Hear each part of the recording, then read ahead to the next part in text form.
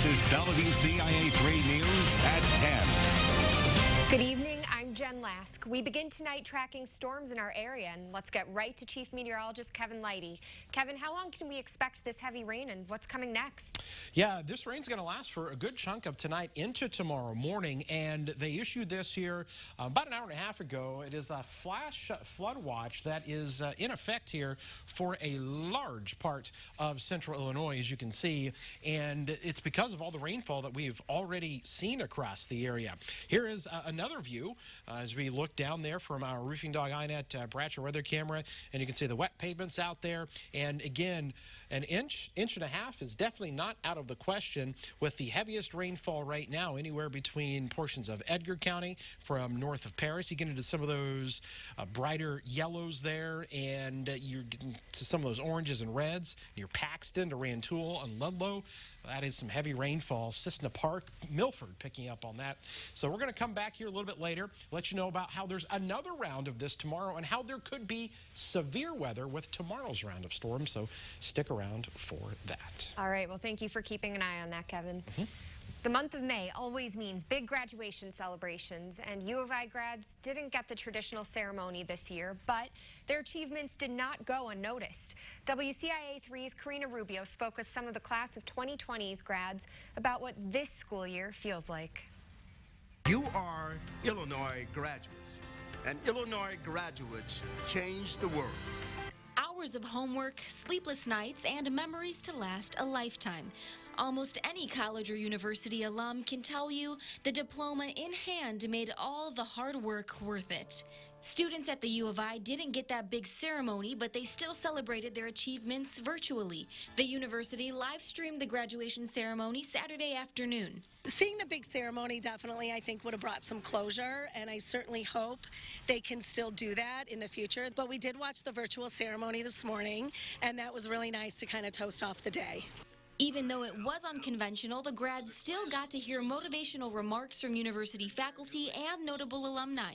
Students weren't able to walk across the stage this year, but snapping a picture in front of the iconic alma mater statue is definitely a close second. The 91-year-old sculpture welcomes each incoming class every year, and this is the way almost every student says goodbye. Some say even though they didn't cross the finish line the way they had hoped, it's all about the next chapter in life and the support system behind you. It took 4 years to get to this point, and then just happy that we got the opportunity to celebrate it. We still got our degrees, so can't really complain. As long as you have people you care about and people that care about you, it still is the same. It's a little sad, but at the same time, life is what you make out of it, right? So just go crazy, do what you want, enjoy it to the most, whatever the circumstances are. In Champaign County, Karina Rubio, WCIA 3, your local news leader. And we just want to say congratulations to the class of 2020. Now, Bill Cruisenberry sent us this video of a parade in Hupston for high school seniors there. Police and fire departments led the way with students in caps and gowns, waving from cars and golf carts to friends and family on the sidewalks. And we've seen so many parades throughout the pandemic, and there was another one in Hupston today, but this one was a way for people to see a loved one who may not have too much time left. 50-year-old Richard Scott has been battling cancer for 3 years. Doctors recently told him he likely only has a few weeks left to live. Scott's been a biker his whole life, so today, hundreds of other bikers revved their engines past his house to show love and solidarity to him and his family. His family wanted to say a few words together to us about what this special moment meant to them. Everyone here has been a part of his life, part of our lives. They're great people, and they showed up to show support. He was smiling, standing up, and he was crying, and it means a lot to him.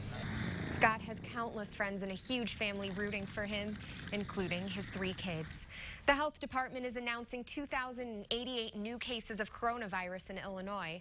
That includes 74 additional deaths, and that brings the total to 92,457 cases in the state, including 4,129 deaths. COVID-19 has been detected in 100 counties. And hundreds of protesters gathered outside the Capitol again today to rally for the state to reopen. Speakers at the rally included small business owners, political candidates, and those already in office, such as Representative Darren Bailey, who sued the governor over his use of consecutive emergency orders. They say the government was taking away their rights by forcing businesses to shut down. Some protesters told us they felt like the rules of the emergency order aren't fair. We have 3 small businesses represented in my family. They need to be able to reopen. And I think the big stores, the big box stores being allowed to be open, and the small mom and pop ones in Macoupin County cannot open. That is not fair. And some brought signs, including ones with anti-Semitic imagery, calling the governor and other Illinois leaders tyrants. None of the protesters at the event were wearing masks, and State Representative Chris Miller from Crawford County claimed there was no pandemic in his speech. And we have a news update for you. A bar in Blue Mound opened today despite getting a cease and desist order. We told you last night JB's Hideout announced it would throw an anti-corona party and open for the weekend. The bar also said it hired a lawyer. Well, that led to the Macon County Health Department serving the cease and desist order. And JB's Hideout announced it opened up at 11 this morning. It's going to be another 2 weeks before any region in Illinois will reach phase 3 of the governor's Reopen Illinois plan, and that's when the next round of businesses will be able to open. But with neighboring states like Wisconsin, Missouri, and Iowa fast-tracking that process, business owners here are wondering why they can't reopen now. Illinois Chamber of Commerce President Todd Meisch said many of the businesses he represents may not make it through the governor's stricter plan. The longer this goes on, the shutdown, the fewer businesses will ever reopen and then ever rehire. So every day that goes by is at least some number of businesses that are never going to reopen. And many lawmakers, including some Democrats in Metro East, are asking for their regions to move on to phase 3. Currently, every region in the state is meeting the requirements to move on to that next phase, but the governor says he's sticking to his timetable. And some business leaders are calling for even more changes on the business end, including a delay on the state's next minimum wage bump. It's set to increase again at the beginning of July, but business leaders think that's unfair, since many businesses are shut down because of the pandemic. Senator Kimberly Lightford championed the minimum wage increase in the Senate, and she believes the increase should stay on track. It's completely a non-starter. The minimum wage increase will continue as the law has set forth. This July 1st will be another increase. And Governor Pritzker has also said he doesn't want to see the minimum wage increase pushed back. The minimum wage is set to increase by 75 cents on July 1st, and then it'll reach $15 by 2025. And the state is looking to get ahead of a new complication from COVID-19. So they created a task force to look into the lasting effects of the virus on children. WCIA 3's Cole Hankey spoke with one of the doctors serving in that group. A new syndrome is showing up in some rare cases in kids after they recover from COVID symptoms. It's called multisystem inflammatory syndrome. Initially in Italy and Great Britain, they started identifying a syndrome. And then a couple weeks ago in New York, primarily New York City, they identified a small number of kids that had this illness. Doctors say the conditions are easy to spot. Symptoms include lethargy, fever, severe abdominal pain, and bad rashes. Your kid has a little bit of fever and running around, do your usual things, wait it out, call your primary care doctor. This is a pretty dramatic illness. You're not going to miss this as a parent. And healthcare providers are not going to miss this once they're seeing these kids in their office or in the emergency room. The state's new task force will try to figure out any lasting effects COVID might have on the body along with this syndrome. Reporting in Springfield, I'm Cole Hankey, WCIA 3, your local news leader. And the Springfield Farmers Market is now back open with social distancing measures in place. The market now takes up more room downtown, and the stands are rearranged so that traffic flows in lines. Organizers say they were actually surprised at how smoothly the process went today, and if you go next weekend, be sure to bring a mask. And Danville's Farmers Market also opened today. The market shared this picture of opening day this morning, and only one person was allowed at a vendor at a time, and people were asked to wear masks. It's a producer-only market with plants, food, craft vendors, and it'll be open every Saturday from 8 to noon through October. President Trump is spending the weekend at Camp David as new controversy swirls in D.C. CBS Nicole Killian, is at the White House with more. From the presidential retreat, President Trump took to Twitter Saturday, praising the great job his administration has done on COVID response. It's very important. Vaccine or no vaccine, we're back. The president again made a vocal pitch for Operation Warp Speed after introducing his new team overseeing his ambitious goal to develop a vaccine by the end of the year. We will be able to deliver a few 100 million doses of vaccine by the end of 2020. Some of the president's own health experts this week were more cautious. I said that it would take about 1 year to 18 months. The HEROES bill is passed.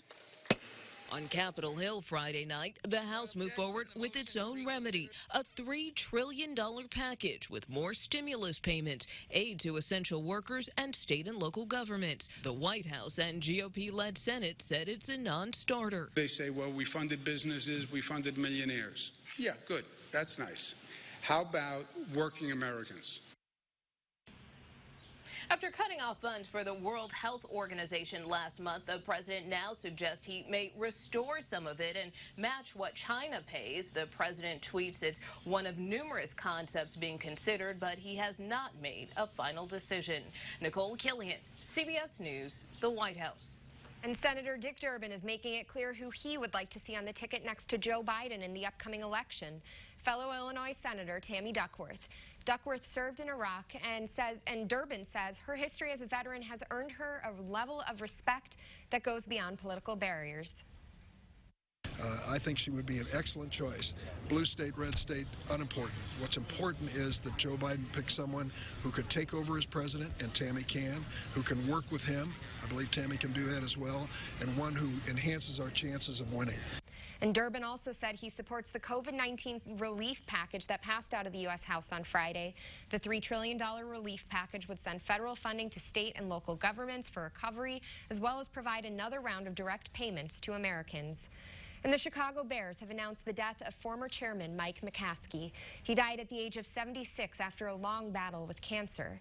McCaskey took over the role of president and CEO of the franchise after founder George Halas died in 1983. McCaskey later served as chairman from 1999 through 2011. And the Charleston Fire Department is investigating arson. Firefighters were called out to a home on Vine Avenue for reports of smoke coming out of an AC unit. And when they arrived, they found smoke and flames coming from that unit. And the people living there were home at the time, but all escaped without any injuries. Firefighters were able to put out the fire before it spread to other parts of the house. And investigators found evidence of an ignitable liquid being used and took someone into custody. And one person is dead and 3 others hurt following a car chase and officer-involved shooting in Peoria. Just before 10 last night, Peoria police responded to reports of dozens of shots fired. And when they arrived at the scene, a car sped off, leading police on a chase. That car later crashed, and 2 men then got out and ran away. And police followed, and one of the men fired at the officers, leading them to shoot back. One of the suspects died after that shootout, and officers still haven't found the other man who was in that car. Police found one of the shooting victims from that first scene, and 2 others later showed up at a hospital. And 1 man died in a motorcycle crash in McLean County this afternoon. It happened in Bloomington around 1:15. No word yet on the cause of the crash, but no one else was involved. Officials aren't releasing the man's name until they tell his family. All right, so still tracking a lot of rain? Still raining out there pretty good, and it's going to continue for several more hours here tonight into tomorrow. And then another round is possible tomorrow afternoon. So it's going to get active for us. 82, 56, the highs and the lows today. More heavy rain. We'll talk about how tomorrow could also have with it a severe weather threat. And we'll let you know when things will finally dry up in the forecast coming up.